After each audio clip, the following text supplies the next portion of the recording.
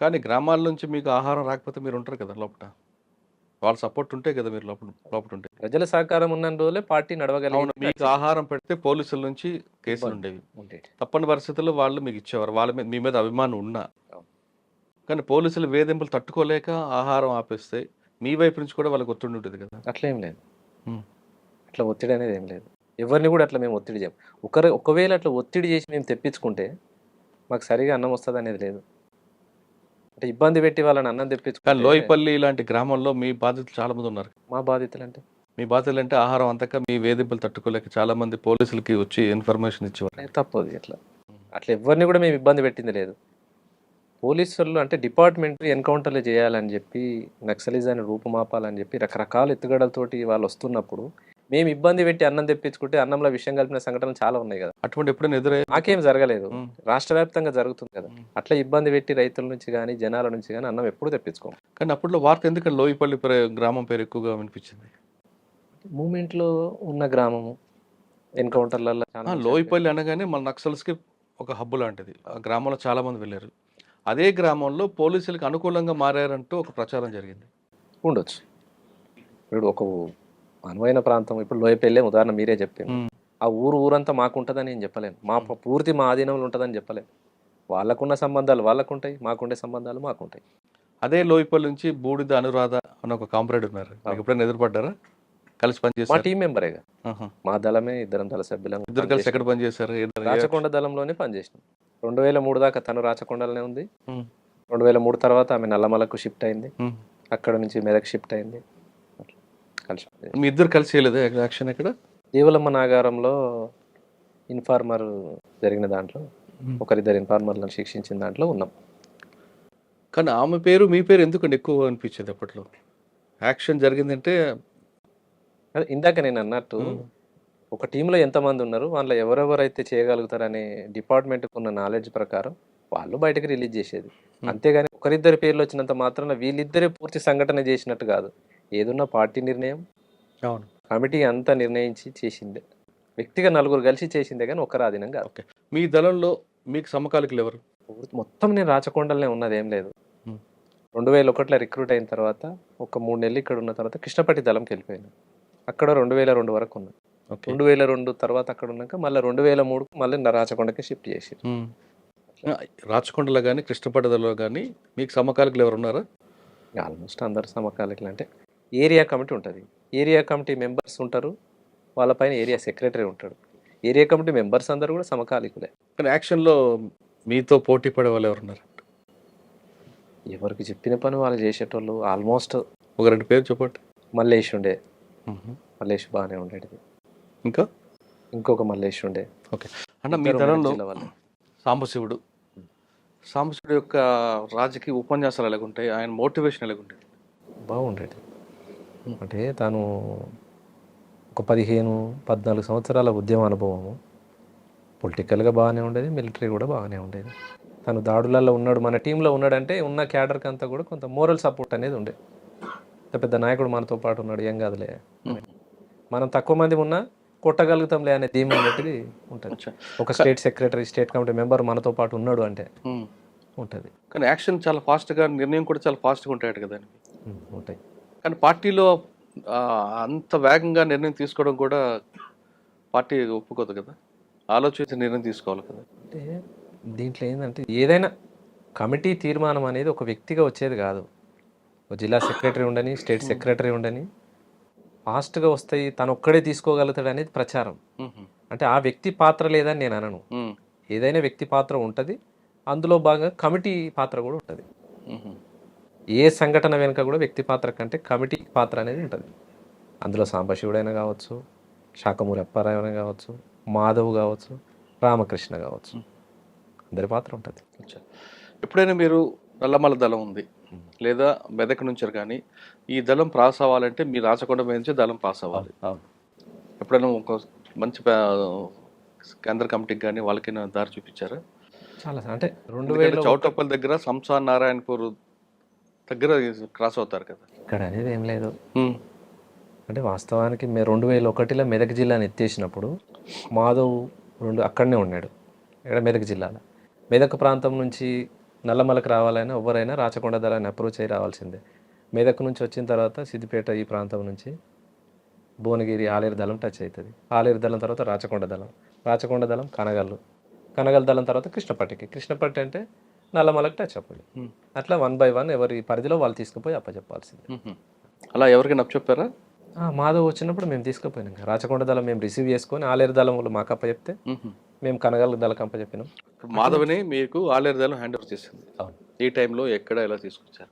మాధవ్ను మాకు పోచంపల్లి అవతల రిసీవ్ చేసుకున్నాం. మీరేనా? పోచంపల్లి బీబీ నగర్ ఆ ప్రాంతంలో మేమంటే టీం రాచకొండ దళం అందరం రిసీవ్ చేసుకున్నాం. నైటే ఎంత దూరమైనా ఎంత జర్నీ అయినా నైటే నడవాల్సిందే. అంత పెద్ద నాయకుడు ఉన్నాడని చెప్పేసి బస్సులలోనూ అక్కడికి జర్నీలు ఉండవు, నడుచుకుంటూ వెళ్ళాల్సింది. వాళ్ళు మాకు అక్కడ రిసీవ్ చేసుకున్న తర్వాత మళ్ళీ కనగల దళానికి మేము అప్పచెప్పడానికి ఒక 4 days మా దగ్గర ఉంటాడు. అంత దూరం నడిచారు? 4 రోజులు నడిచి రాచకొండ దళం వాళ్ళు కనగల దళానికి అప్పచెప్పింది. కనగల వాళ్ళు కృష్ణపట్టికి అప్పచెప్తారు. అలా నల్లమలలోకి అక్కడ నుంచి కృష్ణపట్టి అంటే నల్లమల బార్డర్. అంటే మాధవ్తో మీకు అనుభవాలు చెప్పండి ఒకసారి. మాధవ్తో ఎక్కువ కాలం కలిసి ఉన్నది అంటే నల్గొండ జిల్లా ఇన్ఛార్జిగా ఉన్నాడు. అంటే స్టేట్ కమిటీ మెంబరు ఒక జిల్లాకు ఉంటారు. తను ఉన్నన్ని రోజులు మిలిటరీ క్యాంపులు జరిగేటివి, స్టేట్ క్యాంపులు జరిగేటివి, అదేంది పొలిటికల్ క్యాంపులు జరిగేటివి. ఇంకోటి మననూరు దాడికి పూర్తిగా తానే ఉన్నాడు. గైడెన్స్ పూర్తిగా ఆయనే. సాంబశివుడు కూడా ఉన్నారు కదా? సాంబశివుడు టీంలో ఉన్నాడు, కానీ ఈ మొత్తాన్ని డీల్ చేసింది మాధవే. స్టేట్ సెక్రటరీ అప్పుడు తను. Madhav state secretary. రాష్ట్ర వ్యాప్తంగా ఎక్కడ ఏం జరుగుతలేవు, ఇది ఒక్కటి మనం కొట్టగలిగితే రాష్ట్ర వ్యాప్తంగా మంచి ప్రభావం ఉంటుంది, పరిస్థితులు ఉంటాయని చెప్పేసి చేయించిన దాంట్లో మాధవ్ పాత్ర ఉంటుంది. కానీ అది ఫెయిల్ అయింది. తర్వాత దాన్ని ఆయన సమీక్షలు ఏమంటారు? సమీక్ష జరిగింది. సమీక్షలో అంటే అదే మనకు అంతకుముందు వచ్చిన టీం ఉన్నది అనేది మనకు సమాచారం లేదు, అందుమూలంగా అది ఫెయిల్ అయింది. కానీ దాడి సక్సెస్. అంటే మీరు చాలా మందిని అంటే పార్టీ నిర్ణయం మేరకు అటాకులు జరిగాయి కదా, ఏ సంఘటనలు బాధపడ్డారా? అన్యాయంగా వీళ్ళని చంపామని కానీ అన్యాయంగా దాడి చేస్తామని కానీ? 1-2 జరిగినాయి, గుర్తు తెచ్చుకోండి ఒకసారి. నారాయణపూర్ ప్రాంతంలో జరిగినాయి. అంటే కొంత రాంగ్ సమాచారం. ఎట్లా అంటే ఆ రోజు 2005 పరిస్థితికి ఏంటంటే నయీం మూమెంట్ అనేది బాగా ఉంది విస్తృతంగా. ప్రతి గ్రామంలో పట్టుకుపోయి కొట్టడము, చంపేయడము, నరికేయడం. ఎవరిది? నయీముద్దీన్ ప్రాంతం.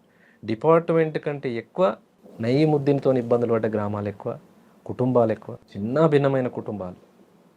అందులో భాగంగా ఒకరిద్దరు నయీంకు కలిసిరని చెప్పేసి మనకున్న సమాచారం మేరకు 1-2 జరిగినాయి.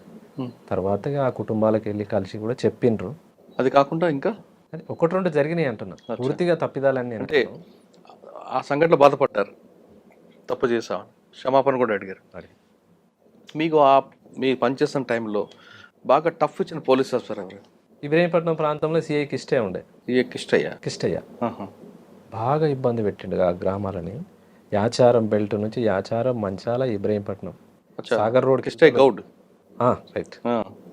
ఈ గ్రామాలన్నిటినీ బాగా ఇబ్బందులు పెట్టిండు. ఒక టైంలో అన్ని గ్రామాలలో పోయి సిపిఎం వాళ్ళు ముందరుండి స్టేషన్ ముందర ధర్నా చేయించిన పరిస్థితి. బాగా ఇబ్బందులు పెట్టిండు. ఇక్కడ ప్రాంతం వచ్చేసి అక్కడ రాచకొండ వైపు అక్కడ చాలా మంది ఉన్నారు. ఎవరి పేరు చెప్పండి? సిఐ శ్రీనివాస్ ఉండే. శ్రీనివాస్ అనే పేరు, సర్నేమ్ గుర్తులేదు. అంటే పార్టీకి దెబ్బ పడింది వాళ్ళ వల్ల నష్టం జరిగింది. సిఐ రామచంద్రారెడ్డి ఉండే, చౌటుప్పల్ ఉండే, తర్వాత ఇప్పుడు డీసీపీ ఉన్నట్టు. రామోజీరావు గారు ఆ పైన ఉన్నప్పుడు ఒక దళం పక్క నుంచి కొండల మీద వెళ్తుంది, దానివల్ల పోలీసులు కూంబింగ్ చేశారు అనేది ఒక వార్త వచ్చింది. మా దళమే తిరిగేదట, రాచకొండ దళమే. ఎలింశెట్టి దగ్గర దాకా వెళ్ళేది, కానీ లోపలికి వెళ్ళలేదు, సాహసం చేయలేదు. ఇప్పటికీ మేము ఎందుకు పోతాం, అంత అవసరం కూడా లేదు. సరే, మీరు పనిచేస్తున్న కాలంలో మీకు బాగా గుర్తుండిపోయిన సంఘటన చెప్పండి. చాలా ఉన్నాయి. ప్రతిరోజు ఎన్కౌంటర్లేనా, వారం వారం ఎన్కౌంటర్లే, పోలీసు వాళ్ళు ఎబ్బడలే, అన్ని ఇబ్బందులే. ఎక్కడో ఎన్కౌంటర్ జరిగిందంటే పార్టీలు ఎలా చర్చించేవారండి? మీ కళ్ళ ముందే రియాజ్ ఎన్కౌంటర్ కానీ చాలా విషయాలు జరిగాయి. అవి ఏ విధంగా మీరు దాన్ని సంతాపం చెప్పేవారు? ఉదాహరణకు మేము మాధవ్ ఎన్కౌంటర్ అవ్వచ్చు, చాలా పెద్ద ఎన్కౌంటర్ మాధవ్ది. 2005లో మేము సాంబశివుడు అందరం ఇటు మహబూబ్ నగర్ సైడ్ ఉన్నాం, నది అవతల సైడ్ ప్రకాశం జిల్లా సైడు మాధవ్ వాళ్ళు ఉన్నారు. ఆ ఎన్కౌంటర్ జరిగిన సాయంత్రం ఒక 2 కామ్రేడ్స్ మళ్ళీ తెల్లారు అనుకుంటా మాకు వచ్చి కలిసిండ్రు. అక్కడి నుంచి విడిపోయిన వాళ్ళంతా వాకీటాకీలో ట్రేస్ చేసి కలిసిండ్రు, వచ్చి కలిసి బోర్డ్ అంజయ్యను ఇంకా మిగతా ఒక ఇద్దరు కామ్రేడ్స్ వచ్చి కలిసారు మాకు. వాళ్ళ ద్వారా తెలిసిందా మీకు ఎన్కౌంటర్ అయింది మాధవ్? వాళ్ళు వచ్చిన తర్వాత మాకు ఎన్కౌంటర్ అంటే రేడియో వార్తలో తెలిసిందే. ఇంత సమాచారం ఎక్కడిది అప్పుడు? రేడియో ఈవినింగ్ పొద్దున రేడియో వార్తలో తెలుస్తుంది. తర్వాత మిగిలిపోయిన కామ్రేడ్స్ మహబూబ్ నగర్ సైడ్ వచ్చి మా టీంకి కలిసారు. సాంబశివుడు అప్పుడు మాతో పాటే ఉన్నాడు. మిగిలిన విడిపోయిన వాళ్ళందరినీ కోఆర్డినేట్ చేసుకొని తీసుకొచ్చి ఆయన అమరుడైనందుకు మీరేమైనా అక్కడ సంతాపం ప్రకటించారా? సమీక్ష జరుగుతుంది, సంతాపం జరిగింది. సంతాపం తర్వాత మాధవ్ జరిగిన ఎన్కౌంటర్కి నిరసనగా ఆత్మకూరు పోలీస్ స్టేషన్ దాడి చేశారు. మీరా? ఎలా చేశారు? రాచకొండ దళమే ఆత్మకూరు పోలీస్ స్టేషన్ మీద దాడి అనేది. రాష్ట్ర వ్యాప్తంగా ఏ ఒక్క సంఘటన జరుగుతలేదు. అయితే మన ఏరియాలో చేద్దామని చెప్పేసి ఆత్మకూరు నల్గొండ జిల్లా, ఇప్పుడు భువనగిరి పక్కన ఆత్మకూరు ఉంటుంది, మోత్కూరు పక్కన, దాని మీద దాడి చేసినాం. దాడి చేసి ఒక ఎస్ఐ చనిపోయినట్టు, 3 కానిస్టేబుల్ చనిపోయినారు. వెపన్స్ దొరికాయి అప్పుడు? వెపన్స్ దొరకలే. ఓకే. మనకున్న సమాచారం ఏంటంటే దాంట్లో స్ట్రాంగ్ రూమ్లో వెపన్స్ ఉంటాయి, కానీ డిపార్ట్మెంట్ తక్కువనే ఉంటారు. దాంట్లో ఒక 6-7 మంది ఉంటారు. ఎస్ఐ దగ్గర మాత్రం పిస్టల్ ఉంటుంది. లోపల 303 వెపన్స్ ఉంటాయి, కానీ అవి వాడరు, స్ట్రాంగ్ రూమ్లో ఉంటాయని సమాచారం. ఆ విధంగా దాడి చేసినాం. పోలీస్ స్టేషన్ కొంత బ్లాస్ట్ చేసినాం, కానీ ఆ స్ట్రాంగ్ రూమ్ తీయలేకపోయినాం. మాధవ్ ఎన్కౌంటర్కి రిటాలియేషన్ చేశారు. ఆ విధంగా ఇంకేమైనా చేశారా? అదొక్కటే, ఆత్మకూరు పోలీస్ స్టేషన్ ఒకటే దాడి చేసినాం. దాడి చేసి ఒక ఎస్ఐ దగ్గర పిస్టల్ వచ్చింది, మిగతా 3 కానిస్టేబుల్ ఏమో చనిపోయినట్టున్నారు. ఎస్ఐ ఎవరు అప్పుడు? మహమ్మద్ జిలానీ ఓకే. ఎస్ఐ. మీకు 2 వీలర్లు అని ఎక్కడ దొరికేవండి అప్పుడు? సంబంధించిన వాళ్ళు మన వాళ్ళు ఉంటారు కదా, అంతా మిలిటెంట్స్, సానుభూతి పరులు వాళ్ళయే. గుట్టల్లో కూడా చాలా ర్యాష్ డ్రైవింగ్ చేస్తారు సుభాష్ అంటారు. అట్లా ఏం లేదు, అందరితో పోయినట్టే అన్నట్టు. కానీ బాగా పేరుంది కదా. నాకు బయట వెహికల్ అసలు డ్రైవింగే రాదు. పార్టీలో పోయిన తర్వాతనే డ్రైవింగ్ నేర్చుకున్నారు. కానీ ఆ గుట్టల్లో చాలా ఫాస్ట్ డ్రైవింగ్ చేయగల సమర్థుడు సుభాష్ అని పేరు పోలీసులు. దేవలమ్మ నాగారం దగ్గర ఒకసారి ఎంటపడ్డారు. అయితే నేను గుర్తుపట్టారా వాళ్ళు? గుర్తుపట్టలే. మురళి నేను సిటీకి వేరే పని మీద వెళ్ళినాం. మురళి అంటే మెదక్ జిల్లా అతను. పోయి బండి మీద వచ్చి బైక్ గుట్ట కింద పెట్టి మేము పైకి వెళ్ళిపోయినాం. పైకి వెళ్ళిపోయినప్పుడు అక్కడ చుట్టుపక్కల ప్రాంతాల బర్లకాడుల్లో లేకుంటే జీవాల దగ్గర ఎవరో చూసిండ్రు. సమాచారం ఎటో పోయింది. దాదాపు జీవాల కాడులు, పశువుల కాడులు చెప్పరు. పార్టీకి పూర్తి పట్టు వాళ్ళే. కానీ అదేందో మరి అంటే ఎవరో ఒకరు జరిగింది, లీక్ అయింది. ఆ రోజు గుట్ట మీద దళం ఉన్నది, ఉన్నాం. తెల్లారి పొద్దునే లేచి ఇక కాలకృత్యాలు తెచ్చుకొని బయటికి సెంట్రీ చూసేటప్పుడు బర్రెలు వరుసగా వస్తున్నాయి, బర్రెలు వస్తున్నాయి అని అన్నారు. అదేంది నల్లగా వస్తున్నాయి అని అన్నారు మన వాళ్ళు. బర్రెలు అవి ఉంటాయి, సరిగా చూడరు అన్నారు. బర్రెలు కాదు, ఏదో తేడా కొడుతుంది అని అనుకున్నాం. ఇంకొంచెం దగ్గర బైనాక్యులర్ పెట్టి చూస్తేకల్లా కూమింగ్ టీం వస్తుంది. అటు వస్తురా, మన దిక్కు వస్తురా, కనిపెట్టురు అని చెప్పినాం. కరెక్ట్గా మేము బండి ఎక్కడైతే కింద పార్క్ చేసినామో ఆడికే వస్తున్నారు, అక్కడికే వస్తున్నారు. ఇది బాగలేదు, బండి దొరికితే బండి ఇచ్చిన ఆయన పని అవుతుంది. అప్పటికప్పుడు నేను సివిల్ అయ్యి షార్ట్ వెపన్ పెట్టుకొని కిందికి వెళ్ళిపోయినా. నేను గుట్ట దిగి దగ్గర కొట్టాలి, వాళ్ళు వచ్చేసారు బండి దగ్గరికి. ఓకే. ఆ బండి తీసుకోలేకపోయినా, బండి వాళ్ళు పట్టేసుకోరు. వాళ్ళని చూసి నేను కొంత అటు చెట్టు నుంచి అటు చూసి అటు జరిగిన ఫైరింగ్ స్టార్ట్ అయింది. అట్లా మేము తెచ్చిన బండి వాళ్ళు పట్టుకోగలిగారు. ఇంకా ఆ రోజు నేను బండి నడిపింది ఏం లేదు. నైట్ వచ్చినాం, ఆడబెట్టినాం, ఫైరింగ్ కొట్టుకుంటా వాళ్ళే అటు జరిగారు. నేను చెట్ల నుంచి గుట్టెక్కి వెళ్ళిపోయినా. అదే బండి వేసుకొని 1 కిలోమీటర్ దాకా వాళ్ళ బండి మీద పోతూ ఫైరింగ్ కొట్టిరు వాళ్ళే. అంటే నేను ఎటు వెళ్ళిపోయినా అనేది స్టేట్ బాటం ఉరికినా అనేది వాళ్ళు అనుకున్నారు, కానీ నేను బాటం పోలే, ఇటు గుట్టెక్కిన. సిటీలో కూడా వచ్చేవారు కదా, ఎందుకు? హైతనగర్, వనస్థలపురం, ఎల్బీ నగర్ వరకు ఎవరి కోసం? అప్పుడున్న పార్టీ నిర్ణయం ప్రకారం ఏమైతే టార్గెట్లు ఉంటాయో ఆ టార్గెట్. అంటే సిటీలో రావడం వల్ల ఎక్కడ లీక్ అయితే మీకు ప్రమాదం కదా. ఎందుకు అంత సాహసం చేయాలి? పార్టీ నిర్ణయం మేరకు? పార్టీ నిర్ణయమే, వ్యక్తిగతం ఏముంటుంది. ఎక్కడ సిటీలో ఎక్కడ కూడా వచ్చేవారండి? సిటీ లోపల వరకు వచ్చినాం, ఆల్మోస్ట్ వనస్థలపురం అయింది, పంజాగుట్ట వరకు కూడా వచ్చినాం. మనకు అనుకున్న టార్గెట్లు రీచ్ కాక కొంత ఆ విధంగా వచ్చి మిస్ అయినట్టు ఎవరున్నారా? ఈ లోపల వేరే పనుల మీద వచ్చినాము. టార్గెట్ అంటే సంఘీ దగ్గర అనుకున్నాం. సంఘీ మరి వాళ్ళ అన్నదమ్ములలో ఎవరికో గన్మెన్ ఉండేది. ఆ గన్మెన్ స్టెన్ కార్బన్ వెపన్ ఉండేది. కొడితే మనకు వెపన్ అన్న వస్తుంది కదా అనే ఆలోచనతోటి ఆడ కొట్టాలనుకున్నాం. మేము 4 రోజులు అంటే తాళ్ళు ఎక్కేటోళ్ళు నల్గొండ ప్రాంతం నుంచి వచ్చి సంఘీ ఏరియాలో తాడి చెట్లు బాగుంటాయి, వాళ్ళ గుడిసెలలో ఉన్నాం. 4 రోజులు ఉన్నాం. 4 రోజులు వాళ్ళు రాలేదు, అదొకటి మిస్ అయింది.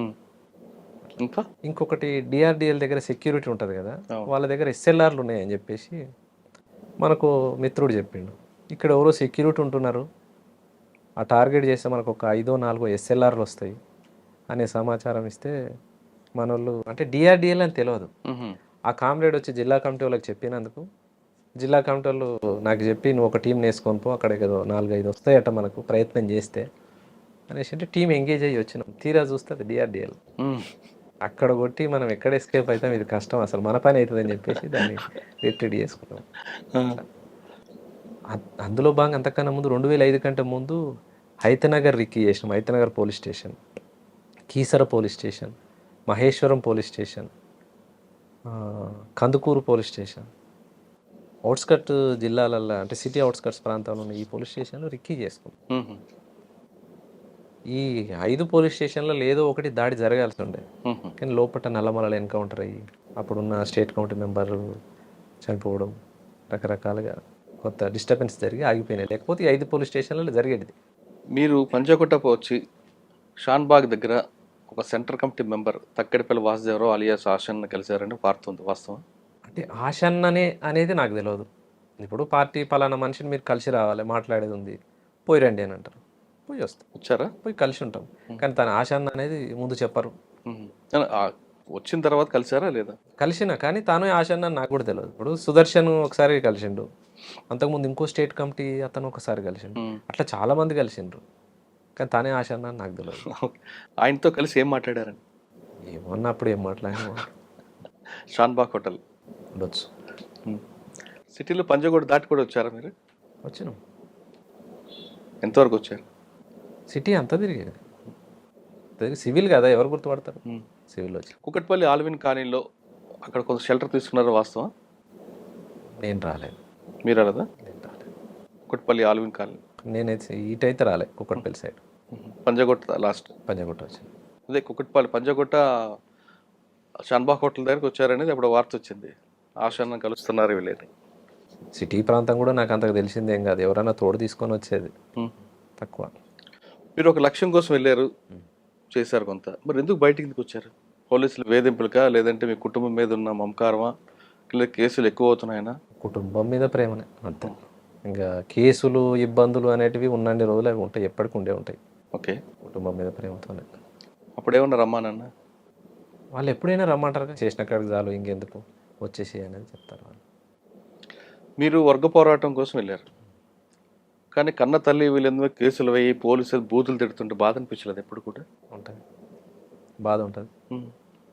బాధ మనకి జన్మనిచ్చే తల్లిదండ్రులని మనం సరిగ్గా చూసుకోకపోతే, అంటే ప్రతిరోజు కలుస్తున్న జనాలలో తల్లిని తండ్రిని చూస్తున్నాం కదా. చూస్తారు కరెక్టే, కానీ మనకి రక్తం పంచిపుట్టిన తల్లి ఆమె కదా. మీరు వర్గ పోరాటం వాళ్ళే తల్లిదండ్రులు కాదని జనాల్లోనే తల్లిదండ్రులు చూస్తాం, కానీ ఇక్కడ మనకి జన్మనిచ్చిన తల్లి వేరు కదా, తండ్రి.